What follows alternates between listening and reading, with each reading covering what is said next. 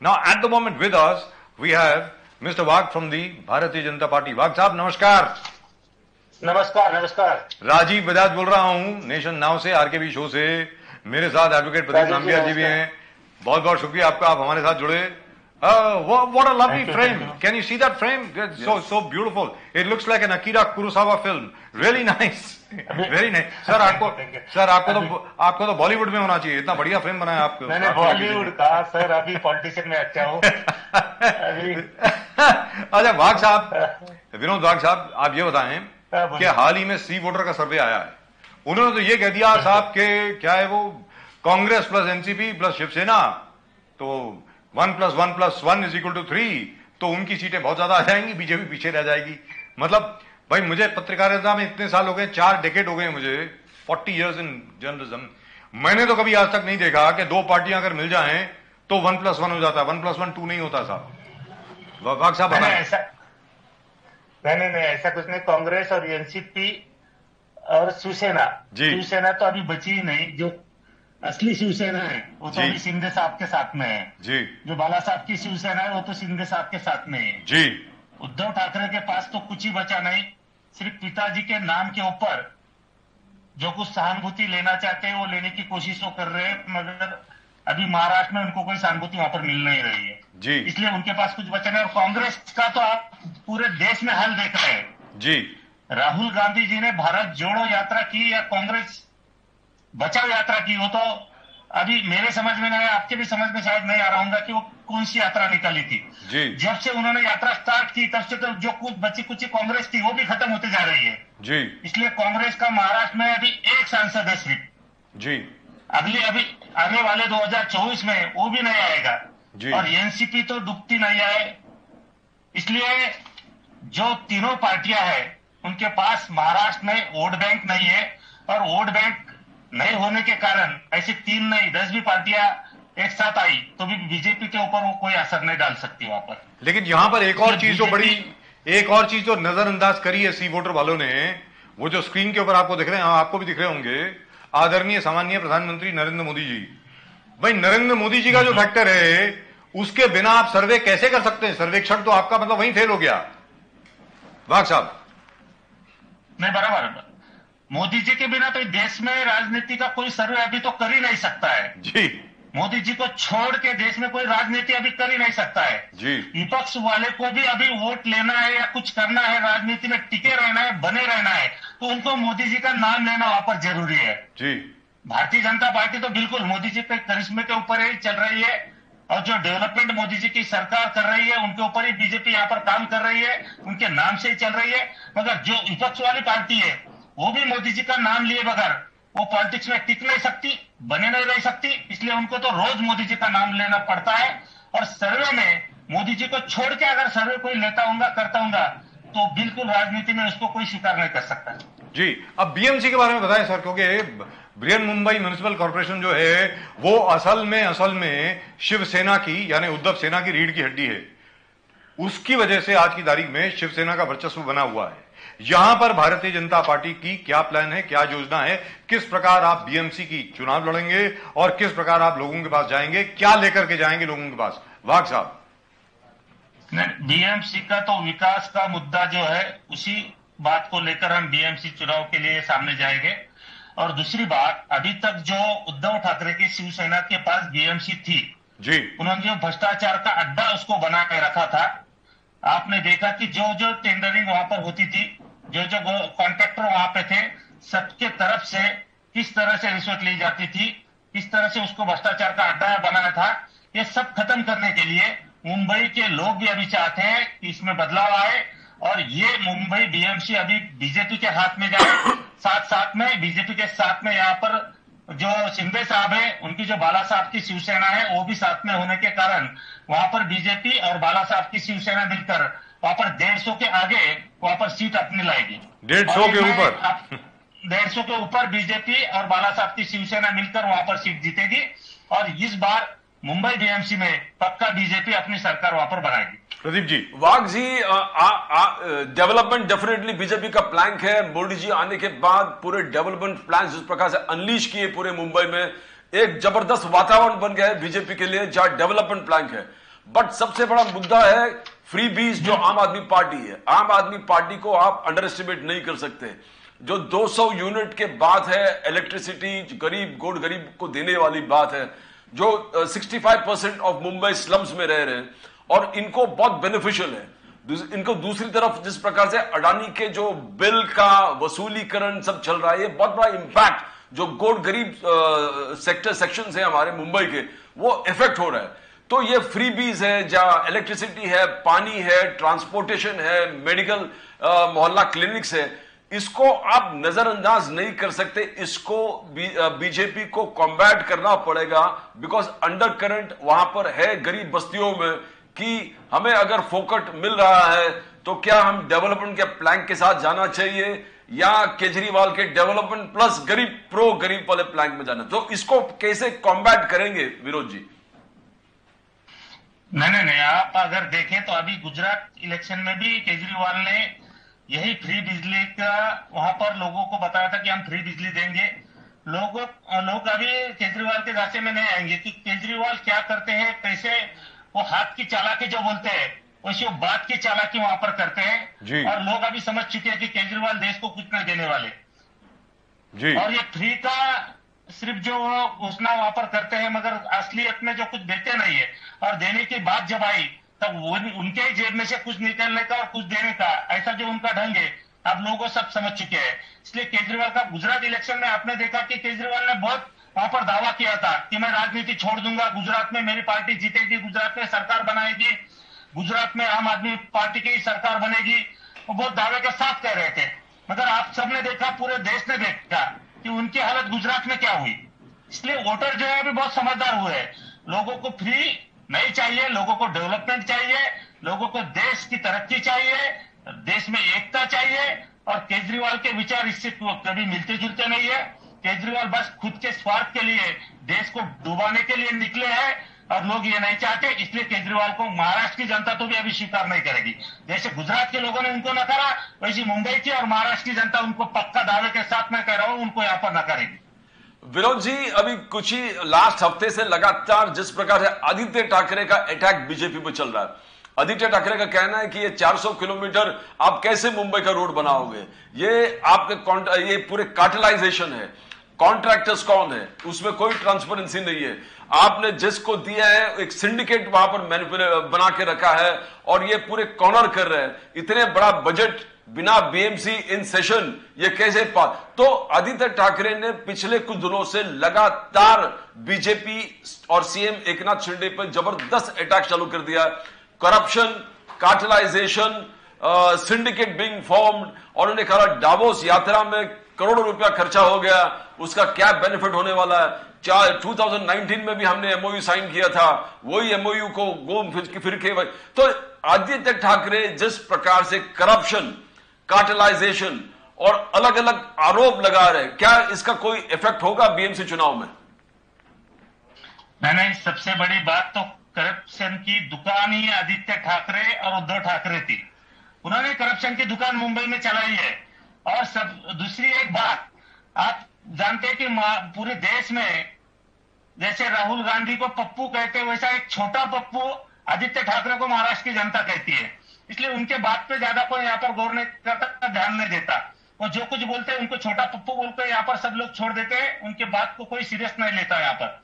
और वो जब से उनकी सत्ता गई है, वो बोखला गए हैं, उनके पिताजी रहे या वो रहे, उनको मालूम है कि उनके खुद की सरकार में अनिल देशमुख 100 करोड़ की वसूली के इसमें अभी जेल में थे, अभी उनकी जमानत मिली, वो भी जमानत पर है। ऐसे उनके इसमें 3 या 4 मंत्री भ्रष्टाचार के आरोप में अभी जेल में थे। वो भ्रष्टाचार के ऊपर दूसरे पार्टी के ऊपर आरोप कैसा कर सकते हैं जी? अभी उनके खुद की पार्टी के 2-4 नेता है, उनकी जो ईडी चौकसी वहां पर चालू है। अभी उनकी खुद के पार्टी के नेता की चौकसी जब चालू रहती है तब वो दूसरे पार्टी के ऊपर कैसे उंगली उठा सकते हैं? लेकिन उनके एक मंत्री तो अभी भी जेल में, वाघ साहब, उनके एक मंत्री तो अभी भी जेल में ही हैं। एक मंत्री तो अभी भी जेल में है। एक मंत्री जेल में है, दूसरे संजय राउत अभी एक पैर जेल में एक पैर बाहर है। लेकिन अनिल परब जेल में कब जाएंगे बोल नहीं सकते जी। अब यहां पर विनोद वाघ साहब आपसे पूछना चाह रहे हैं कि मुंबई शहर में बिजली के बिल को लेकर के लोग काफी ग्रसित हैं, लोग काफी उत्तेजित हैं। Very frankly speaking.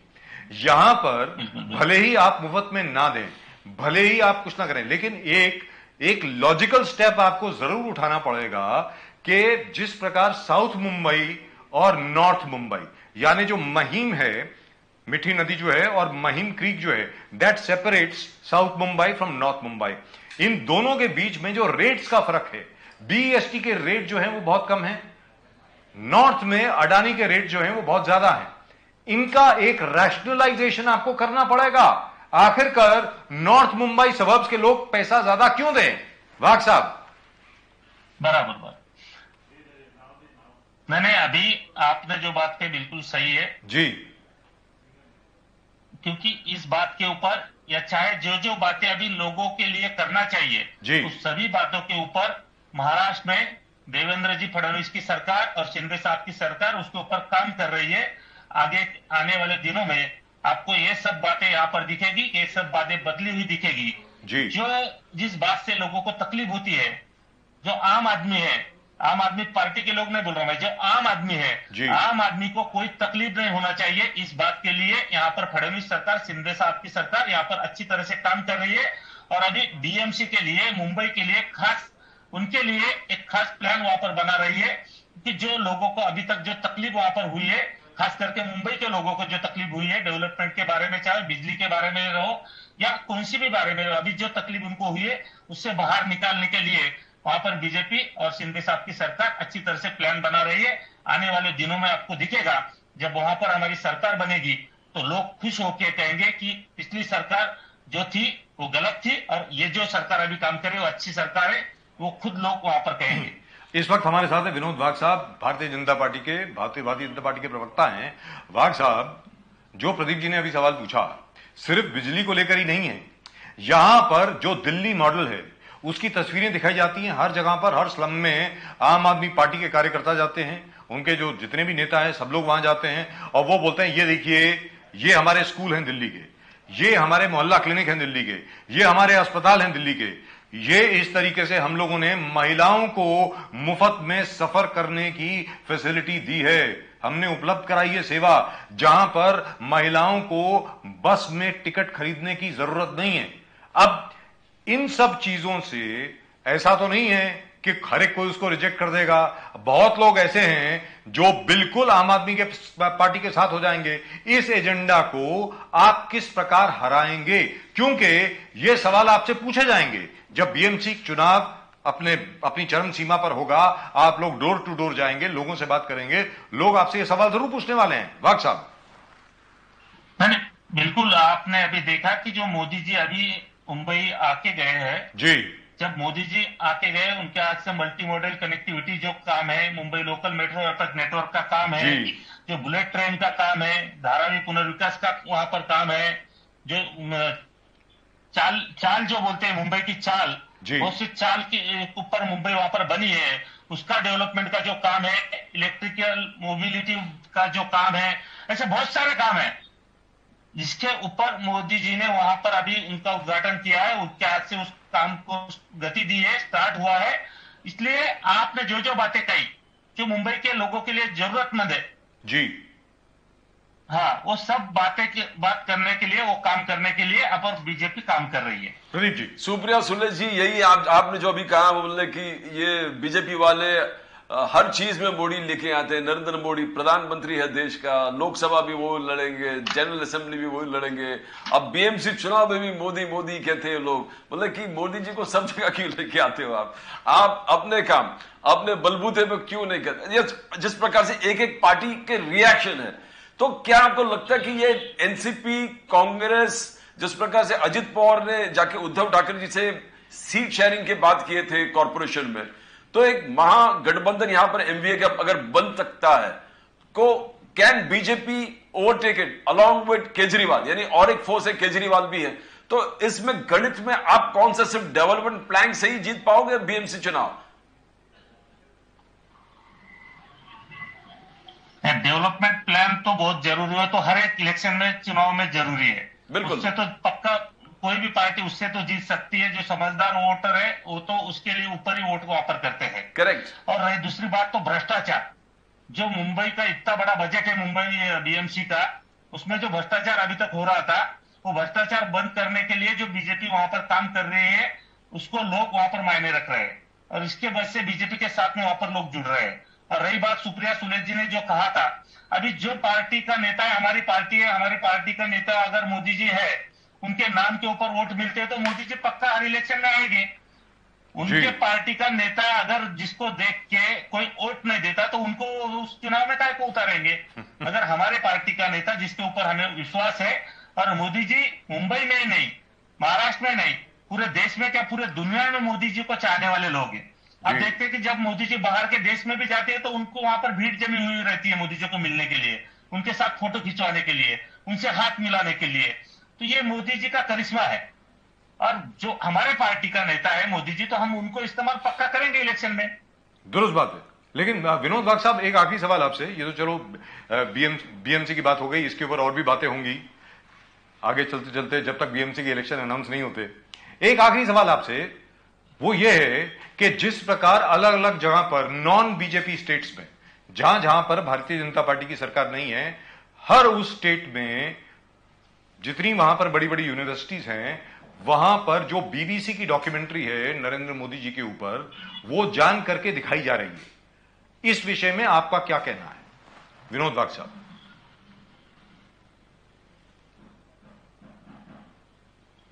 सवाल एक बार फिर से मैंने आपसे यह कहा कि जो बीबीसी ने डॉक्यूमेंट्री बनाई है नरेंद्र मोदी जी के ऊपर, जिसके ऊपर पाबंदी लगा दी गई है हिंदुस्तान में, लिहाजा वो वही एक सिनेरियो जो है पेंट कर रही है जो गलत साबित हो चुका है।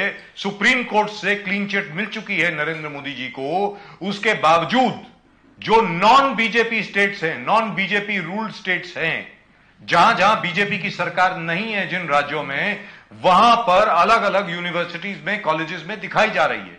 उस विषय में आपका क्या कहना है और बीजेपी की क्या राय है उसमें? सर, आपने सही कहा जी। कि वो जो जहां पर बीजेपी की सरकार नहीं है जी, वो तो उनकी जो राज्य सरकार उनकी हिसाब से उनकी पार्टी की बनी है, वो सत्ता का दुरुपयोग करके सब काम कर रहे हैं, बीजेपी को रोकने के लिए वो कर रहे हैं। मगर ऐसा कुछ होगा नहीं कि जो जनता है सब जानती है। मराठी में एक कहावत है कि मुर्गे को अभी छुपा के रखा तो सुबह होने की कोई रुकती नहीं, सुबह तो होती ही है जी। वैसा आप मोदी जी का जो टेलीफिल्म है, डॉक्यूमेंट्री है, वो अगर लोगों तक नहीं जाने देंगे तो वहां पर बीजेपी की तरक्की नहीं करेंगी, बीजेपी की सरकार नहीं बनेगी। ये जो सोच है वो गलत है। उन्होंने कितना भी रोका तो आपके न्यूज चैनल है जो सही बात लोगों को तक पहुंचाते हैं, और बहुत सारे मीडिया है, मीडिया के माध्यम से मोदी जी के जो काम है वो लोगों तक जाते हैं। सोशल मीडिया के जरिए वहां पर मोदी जी का काम जाता है, और बीजेपी का कार्यकर्ता, हर एक कार्यकर्ता जो है, जो खुद लोगों में जाके मोदी जी ने जो जो काम किया है, डेवलपमेंट के काम रहे, जो देश हित के लिए काम रहे, वो लोगों तक पहुंचाते हैं। इसलिए उन्होंने कुछ भी किया तो उसमें सफल होने वाले नहीं है। और जिस जिस राज्य में उनकी अभी सरकार है और इस बात की तरह वो लेकर चल रहे हैं, तो उनको लोग वहां पर बिल्कुल आने वाले इलेक्शन है, उनकी सरकार वहां पर नहीं रहेगी, वहां पर भी बीजेपी की सरकार वहां पर आएगी। विनोद वाघ साहब, यहां पर एक और भी है चीज, इसी के बारे में प्रदीप जी और मैं डिस्कशन कर रहे थे। लगता तो ऐसा है कि शायद आप ही उकसा रहे हो लोगों को जान जान के कि मोदी जी के खिलाफ आप लोग जरा कुछ बोलिए, क्योंकि ये देखा जा रहा है कि जब जब जहां जहां मोदी जी के खिलाफ कुछ बोला जाता है, वहां पर भारतीय जनता पार्टी जीत के आ जाती है। जितना मोदी जी पे आरोप लगाते हैं लोग, उतना ही मोदी जी और ज्यादा शक्तिशाली हो जाते हैं। कहीं ऐसा तो नहीं है कि बीजेपी की साजिश हो कि अलग अलग जगह पर आप ये जान के डॉक्यूमेंट्री दिखाएं ताकि उन स्टेट्स में भी आप जीत सकें? वाघ साहब, नहीं, बिल्कुल बिल्कुल नहीं, ऐसी गंदी राजनीति हम करेंगे नहीं, क्योंकि मोदी जी हमारे नेता है, देश के पंतप्रधान है, प्राइम मिनिस्टर है, और उनके ऊपर जानबूझ के कोई गलत टिप्पणी करे, ये हम क्या, देश का कोई आदमी नहीं चाहता। जिसको दुर्बुद्धि सूझती है वही मोदी जी के ऊपर गलत टिप्पणी करता है और खुद अपने पैर पे कुल्हाड़ी मार के लेता है। इसलिए हमको ये करने की जरूरत नहीं है। वो खुद अपने पैर के ऊपर कुल्हाड़ी मार के ले रहे हैं, क्योंकि आपने सही कहा कि मोदी जी के ऊपर गलत टिप्पणी की या बयानबाजी की, मोदी जी के खिलाफ में कुछ बोले, तो वहां पर लोग मोदी जी के साथ में और ज्यादा ताकत से जुट जाते हैं, और वही सभी देश में हो रहा है। इसलिए हमारे लिए अच्छा है, ठीक है ना। आप जितनी मोदी जी की बुराई करेंगे उतनी मोदी जी का काम वहां पर और लोगों के पास जाएगा। और मोदी जी ने, आप देखो कि मोदी जी ने आज तक किसी के ऊपर गलत टिप्पणी कभी नहीं की। राइट। राहुल गांधी रहो या कोई भी रहो, देश का कोई भी नेता रहो जी। उनके ऊपर चाहे कितनी भी गलत टिप्पणियां करो, मोदी जी पलट कर उसके ऊपर कोई गलत बात वहां पर नहीं करते। वो तो सिर्फ डेवलपमेंट के बारे में बात करते हैं, देश हित के लिए बात करते हैं। बट ये राहुल गांधी जी का जो नारा है कि हर गांव में, हर गली में, हर शहर में हम बनाएंगे मोहब्बत की दुकान, उसको आप कैसे काउंटर कर गाओगे? बिकॉज मोर्चा, उनके जो जुलूस है, जुलूस कुछ भी हो, जुलूस बढ़ते ही जा रहा है। क्या ये इंपैक्ट होगा 2024 में?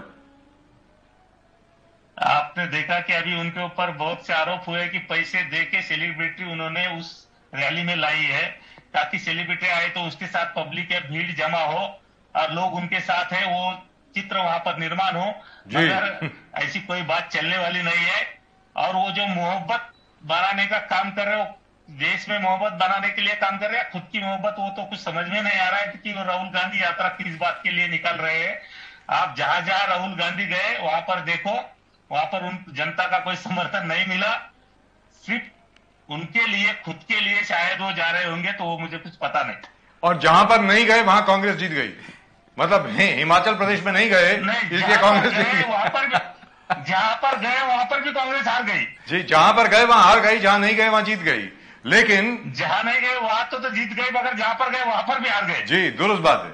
लेकिन वाघ साहब, आखिरी सवाल, लेकिन राहुल गांधी जी के साथ आपने अपना एक खास लॉयलिस्ट तो छोड़ा हुआ है। आपके बिल्कुल खास आदमी हैं जो इस वक्त राहुल गांधी के सबसे बड़े एडवाइजर हैं, यानी दिग्विजय सिंह साहब। वो तो आप ही का काम करते हैं, हर चुनाव में वो आप ही का प्रचार करते हैं साहब। कुछ उनको, आप उनको आधिकारिक तौर पे थैंक यू तो बोल दीजिए।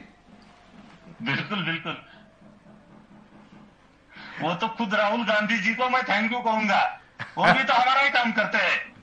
दुरुस्त बात है। राहुल गांधी जब भी मुंह खोलते हैं जी, जब भी कोई बात तो अपने मुंह से निकालते हैं, तो बीजेपी का उसमें फायदा होता है।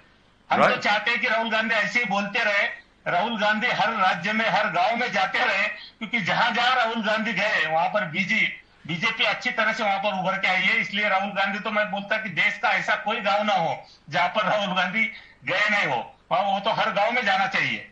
Right, thank you so much mister Wagh, great pleasure talking to you. बहुत बहुत शुक्रिया आपका हमारे साथ जुड़ने के लिए। Thank you so much, thank you very much.